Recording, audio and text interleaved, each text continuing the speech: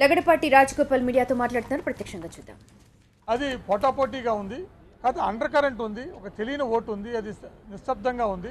ఆ నిశ్శబ్ద ఓటు యూజువల్గా ప్రభుత్వ వ్యతిరేకంగా ఉంటుంది కాబట్టి అది ప్రభుత్వ వ్యతిరేకంగా ఉంటుందేమో, అందుకని కాంగ్రెస్కి అనుకూలంగా ఉంటుందేమో అని చెప్పడం కూడా జరిగింది. సో ఈ ఎన్ని పరిణామాలు, ఎన్ని అనేక అనుమానాలు ఉన్నాయి. అలాగే వివిప్యాట్లు లెక్కించమని చెప్పి అనేక నియోజకవర్గాల్లో అడిగారు కూడా. ఉదాహరణకు ఇబ్రహీంపట్నంలో కూడా అక్కడ 2 ఈవీఎంలు లెక్కిస్తే రెండిటిలో కూడా ఈవీఎంల కంటే కూడా వివిప్యాట్లో ఇండిపెండెంట్ అభ్యర్థికి ఎక్కువ వచ్చింది. సో మొత్తం లెక్క పెట్టమంటే ఆ రోజు లెక్క పెట్టలేదు, ఇప్పుడు దాకా లెక్క పెట్టలేదు, కోర్టులో నడుస్తూనే ఉంది. ఇవాళ కోర్టులో ఏదైనా ఫలితం వస్తుందని చెప్పి నేను కూడా ఎదురు చూశాను. ఇవాళ మళ్ళీ అది ఫిబ్రవరి 7కి వేశారని చెప్పారు. ఎందుకంటే ఏదో ఒక వివిప్యాట్ కానీ లెక్క పెడితే అట్లీస్ట్ మనకైతే అనుమానాలు ఉంటే నివృత్తం చేసుకోవచ్చు కదా అనే ఉద్దేశంతో కూడా. సో ఆ విధంగా అలాగే పంచాయతీ ఎన్నికలు కూడా చూద్దాం ఎలా ఉంది. ఎందుకంటే ఇదంతా కూడా పేపర్ బ్యాలెట్ జరిగిందని చెప్పి అది వాళ్ళతో అయిపోయింది కూడా.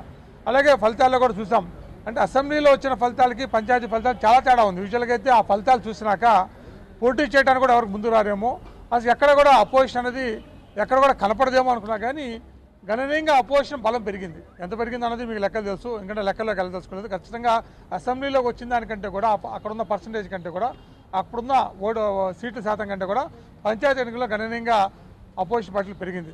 సో ఈ విధంగా చూసుకుని మా వాస్తవానికైతే తుడిచిపెట్టుకుపోవాలి. ఎందుకంటే అప్పుడే అసెంబ్లీ అంత వన్ సైడ్ గెలిచిన పార్టీ, వన్ సైడ్ గెలిచిన ఎన్నికల్లో మళ్ళీ ఎమ్మటే ఒక నెల రోజుల లోపల వచ్చిన ఎన్నికల్లో అసలు నామరూపాలు లేకుండా పోవాల్సిన పరిస్థితి లేకుండా బాగా గణనీయంగా పెరగడం కూడా ఇవన్నీ కూడా, ఎందుకంటే ఇవన్నీ కూడా పరిశీలించినాక ఖచ్చితంగా అనేక అనుమానాలు అందరికీ ఉంటాయి. అనుమానాలు తీర్చాల్సిన బాధ్యత ఎలక్షన్ కమిషన్ మీద ఉంది.